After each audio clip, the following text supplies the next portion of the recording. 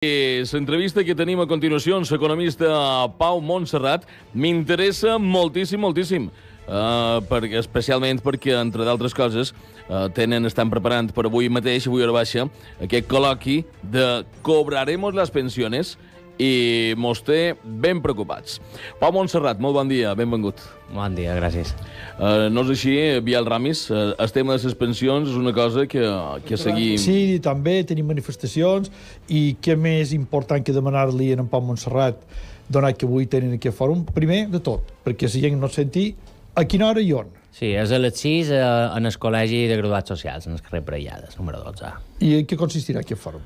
Pues en aquest fòrum, que bàsicament és un fòrum, primer hi haurà una horeta d'explicació, on hi haurà en Toni Tarabini, en Llorenç Amengual, la presidenta del Col·legi de Napolònia, Julià, i un servidor. Farem un poc un anàlisi des del punt de vista econòmic, sociològic i de graduats socials sobre el futur de les pensions, i després hi haurà pràcticament una hora que serà per un debat, en el qual tots els que assisteixen podran compartir les inquietuds i un poc donar-los les petites solucions o les petites línies d'actuació que cada un dels professionals que considera. Sense ànims de fer spoilers de lo que se tractarà avui a baix en aquest debat del Col·legi de Graduats, cobrarem les pensions en el futur? Tots nosaltres, que ja mos hi ha costat. Sí, bé, no. Manu no s'hi costa tant, però bé. La pregunta de si cobrarem les pensions és que sí. No és la clau si cobrarem o no cobrarem les pensions. La clau és quines pensions cobrarem i si ens permetran tenir una jubilació, diguéssim, còmoda. I la resposta és no. La resposta és no. Les pensions, per la bomba demogràfica per una part i per tipus de creixement econòmic que tenim, que no promociona uns llocs de feina en sous alts, que al final és el que paguen les pensions, mos duen no a pensar-ho avui, ja fa 20 anys que aquest problema els economistes l'identificàvem, ja quan estudiava ja mos l'explicaven. Se farà molt difícil mantenir unes pensions que estan percentualment més altes que pràcticament tota Europa. Hem de pensar que, tot i que els qui se queixen són els pensionistes no contributius, els que no han pogut contribuir lo suficient, però les pensions contributives, les pensions que cobram després d'haver fet els anys necessaris de feina, encara són percentualment molt més altes que les d'Europa. Europa s'ha acostumat ja que els seus pensionistes, primer, han estalviat, han après a estalviar per tenir una compensació, una part supletori a la seva pensió pública, i per altra banda que també puguin fer determinades activitats els pensionistes, que ara pareix que és un anatema, però perquè hem de tenir tants i tants de milions de persones que moltes de vegades tenen ganes de fer alguna activitat sense poder fer res a risc de perdre la seva pensió, perquè no poden fer petits complements a la seva pensió. És a dir, jo ara, per exemple, un escritor, perquè un escritor no pot seguir escrivint llibres i cobrar la pensió. El senyor Montserrat li ha de dir que més que arrufat, lo directe que ha estat quan li ha fet la pregunta amb ell i ha dit no, directament. Perquè així com ell diu, en Manu encara li queda més anys que jo, però tal vegada en aquest cas és pitjor. Perquè si jo me'n falten 26 per arribar a 67... El problema és... Primer que segurament no mos jubilarem, ni tu ni jo, en el 67. No? Mos jubilarem un poc més tard. Això per començar. És a dir, hi ha economistes...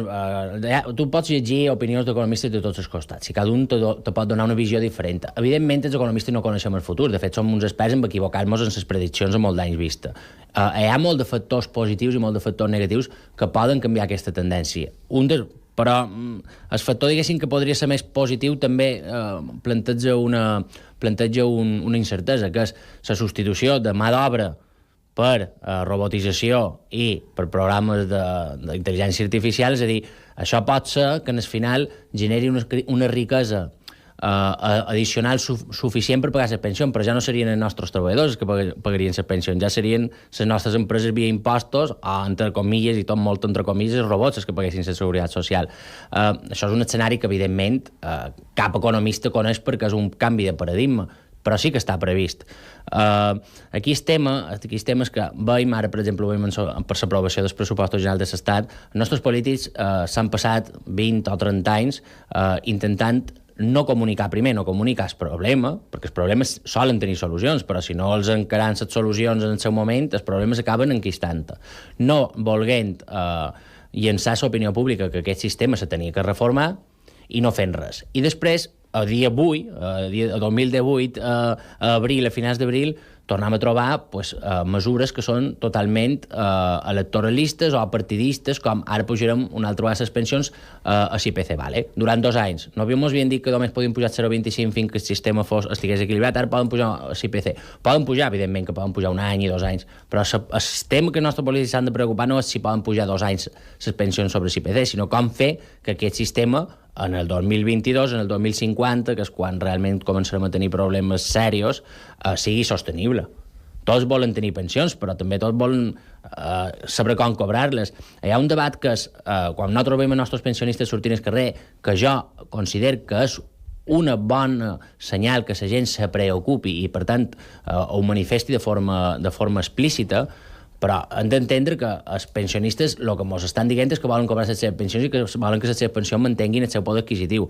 Però també hem de tenir en compte que quan els pensionistes ens demana que mantinguem el seu poder adquisitiu, ens demana que ho mantinguem els que estem fent feina.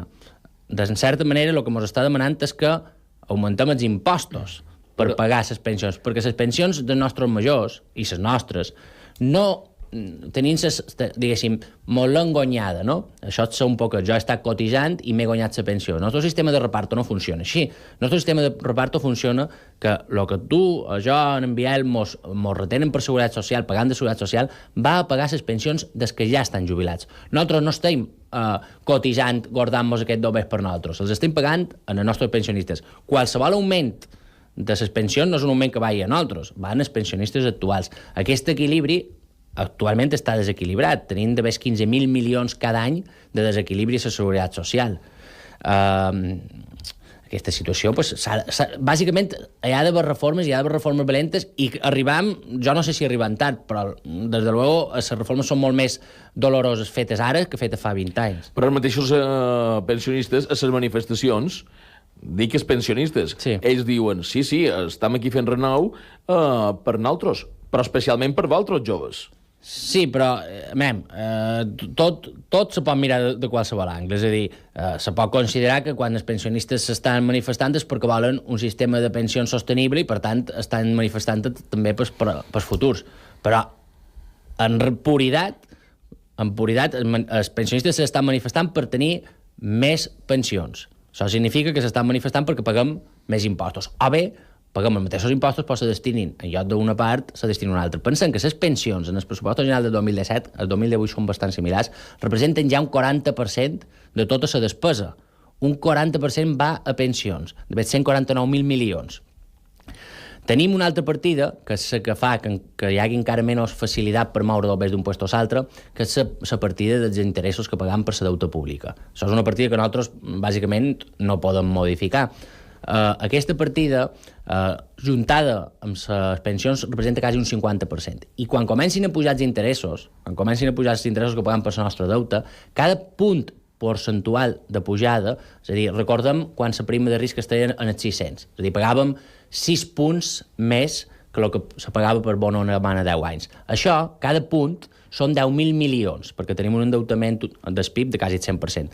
Quan pugin els interessos en el 2%, pagarem 20.000 milions més de deuta pública, de deuta pública per interessos. Tot això se'n va, aquest 20.000, més els 18.000 milions de dèficit de seguretat social, tot això se'n va, ho has de treure de qualque puesto. O ho treus cobrant més impostos, o ho treus destinant a altres partides.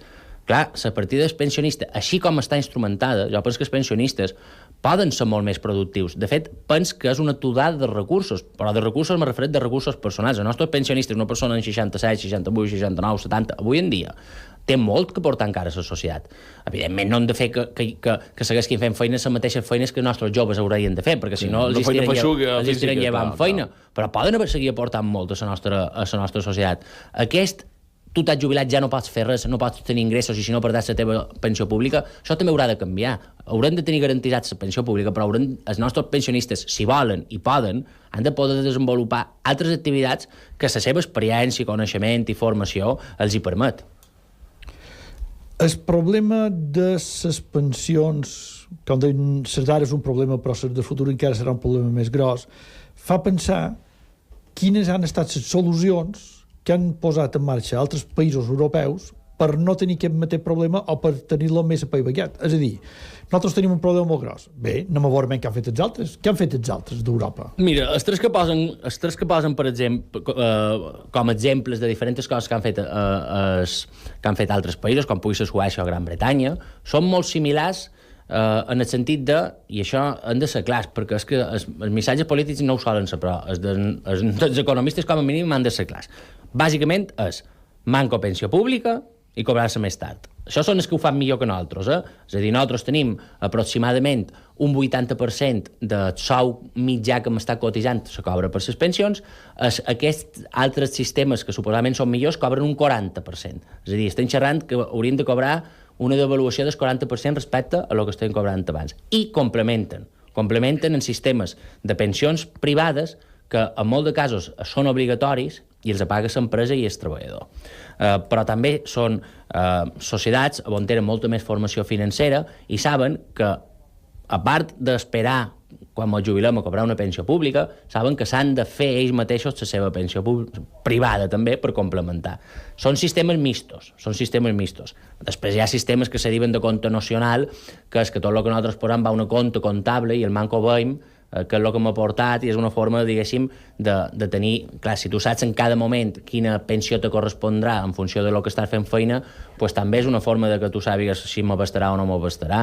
Però aquí hi ha molta manifestació totalment legítima, ja he dit, i fins i tot positiva, però pensem els autònoms.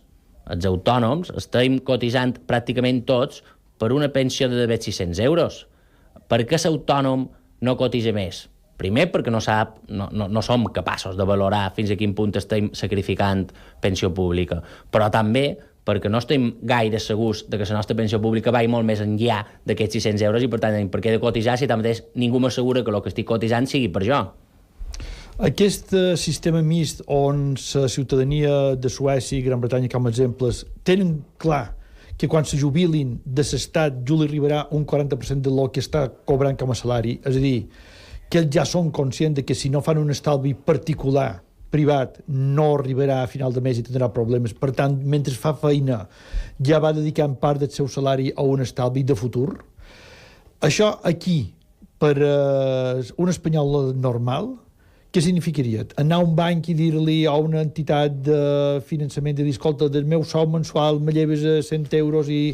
perquè ja la gent ja s'ho va plantejant i ja va demanant informacions i se va movent dins aquest àmbit. Mira, un altre companyero que també és assidor també d'aquesta casa, que és en Luis García Langa, va fer una frase que jo m'apareix boníssima, que és que el nostre sistema de pensió en públic està obsolet, però el nostre sistema de pensió en privades també. Quin és el problema que tenim aquí a Espanya? Que quan parlant de que hi ha que estalviar i invertir per complementar la nostra pensió pública, punt primer, no tenim educació financera. Si anem a qualsevol persona i li diem amb quin producte has d'invertir, se li ocorrerà el pla de pensions a lo sumo. Els plans de pensions estan molt mal dissenyats i no donen la rentabilitat necessari perquè siguin realment un bon vehicle d'inversió a llarg plaç. Després, com invertim? Perquè si ens anem al nostre banc i li demanem que ens digui com invertir, coneixem bastant bé del nostre passat com funciona. Acabarem amb obligacions subordinades, amb participacions preferents, en seguros d'aquests que ens diuen que són molt segurs i d'estalvi que no donen un euro. Clar, s'ha d'invertir en fons d'inversió. Per invertir en fons d'inversió has de tenir un coneixement financers mitjans com a mínim, perquè no te pots fiar, és que no te pots fiar, ni ara ni en un futur dels bancs. Tenim un tipus d'operativa de banca que tampoc no és usual a Europa. A Europa els bancs, en general, fan bastant millor la seva feina d'assessors financers. Clar, ara estem en una situació on s'ha d'estalviar, la ciutadania no sap estalviar, no té bons canals que li recomanin com estalviar, doncs és una situació, diguéssim, difícil. Però bé, la situació difícil també se soluciona, no? Senyor Montserrat, anem amb una cridada en el 971 43 99 60. Tenim en Pep Maria de la Bonanova, qui li voldria fer una consulta. No és així, Pep Maria, bon dia. Com anem? No, voldria fer un parell de consultes. Si no li sap greu, senyor Montserrat, me podria indicar vostè si els bancs mos tornàssim el que tot el poble espanyol li va deixar, perquè va ser un préstec, podrien tenir segures les pensions? Si no pagassin tantes subvencions en els partits polítics, en els sindicats, a la patronal, a les pimes, que visquessin dels seus associats, podrien cobrar les pensions com Déu mana. Si no pagàssim a tanta de gent, immigrants, que no fan res en tot el dia i que viuen d'aquestes subvencions i d'altres, podrien cobrar els que han pagat tota la vida les pensions. I una altra cosa, jo he cotitzat 43 anys.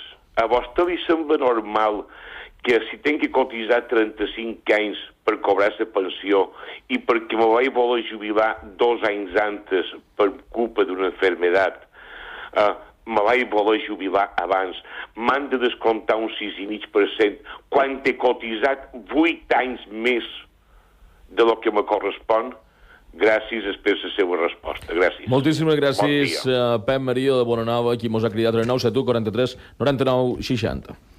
Bueno, lo primer, moltes gràcies, perquè la veritat que són preguntes molt atinades i que un poquet mos ajuden a centrar un poc el debat, no? Perquè, a veure, si els bancs tornessin tot el que els hi han deixat, que no ho tornaran i mos han enganat. Jo hi vaig anar al segon foro de l'Econòmico, on hi havia el senyor Goilo Golzarri, de Bankia, i li van fer una pregunta similar, molt similar, i jo vos contestaré el que va dir ell. Ell mos va dir, bé, mos heu deixat, ell calcula 22.000 milions a Bankia, jo en calculo 24, però bueno, sabrà més bé que té les comptes més clares. Me va dir, hombre, la pregunta no ha de ser si tornarem els 2 bés, la pregunta és què hauríem passat si no haguéssim posat aquests 22.000 milions. I començava a fer una sèrie de números i mos deia que els depositaris se'ls hauria d'haver pagat 60.000 milions, etc. És a dir, ho justificava així. Primer, ell no, Goilo Golzarri no me'l va dir que mos tornarien aquells préstecs en condicions favorables que mos deien els polítics, però els polítics sí. Els polítics, si no mos tornen els 2 bés, han de renunciar. Han de dir, pues he mentit o m'he equivocat i me'n vaig de... Això és la primera d'això.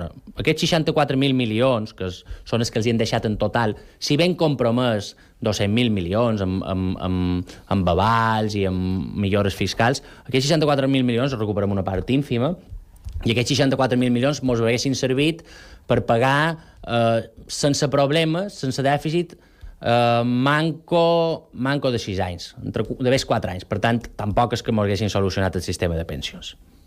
Totes les subvencions i totes aquestes coses poden representar 100.000 milions, 6.000, 10.000, un any més de dèficit, però no és una solució estructural. Si bé, sense dubte, si demanen sacrificis als nostres pensionistes, els 2 bés públics s'han de manejar d'una forma totalment eficient i totalment transparent. En quant sí que li vull dir en Pep Maria, que els immigrants, que ell un poc ha identificat com un problema, no? El que mos costen els immigrants, justament és una de les solucions. Una de les solucions que els economistes de totes les orientacions ideològiques estan assenyalant, perquè encara no han xerrat de possibles solucions. Possibles solucions en aquest problema de les pensions és necessitem immigració. Immigració en número de varis milions de persones que arribin aquí. Perquè immigració jove, immigració el més formada possible. De fet, Síria era una oportunitat, era una gran oportunitat per Europa per rejuvenir, per captar talent i rejuvenir Europa. Evidentment, has de gastar 2 bés públics. Has de filtrar, no te pot entrar qualsevol persona, els has de donar educació, els has d'integrar dins d'una societat, però necessitem immigrants, necessitem gent jove, perquè la nostra taxa de natalitat és molt baixa i de moment seguirà igual, perquè no tenim incentius a tenir molt de fills, no el tenim, es costa moltíssim i a més no hi ha ni guarderia, no hi ha res. Necessitem captar talent immigrant. Per tant, això és una de les solucions i no un dels problemes. Important, el discurs haurà de començar a canviar.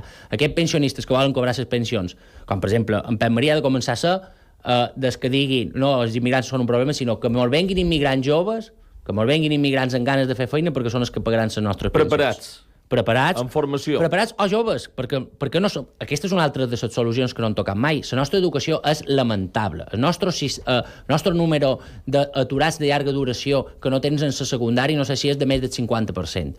Secundària, han de formar la nostra població actual, han de formar millor, han de tenir formació també privada, com per exemple el que se diu formació privada, formació professional dual, i hem de formar els que mos venguin. Necessitem gent jove i no la tindrem nosaltres, amb la qual les hem d'importar. El Brexit, que era a Gran Bretanya aquesta solució frenant la immigració, el que està fent és que Gran Bretanya sigui un dels països que creixerà menys potència d'Europa, perquè la necessiten. Els països vells no poden pagar pensions. Necessitem països joves. I com que no ho feim directament nosaltres, doncs ho hem de captar. I en quant a que li han reduït un 6,5, si estem xerrant de devaluació de més un 40%, si no se fa res. Miri, certament, el seu cas és preocupant, però és que aquestes pensions, que són baixes, i moltes de vegades no basten per arribar a fi de mes, així tot costen de pagar.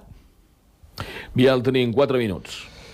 Costen de pagar, però hem vist que per un pacte polític, el govern que no volia ni podia ni deia que fossin capaços de pujar les pensions més enllà d'unes pensions més ridícules i més baixes, ha pactat pujar les pensions segons l'índex del preu de la vida amb el Partit Nacionalista Basc. Fa 2 dies no podíem i ara podem. Sí. No, de fet, s'han votat la seva pròpia norma. És a dir, és que hi ha una llei que ens diu que si mentre el sistema estigui desequilibrat, que de moment és a futuro, ad eternum, les funcions en lloc de pujar a l'IPC pugen al 0,25.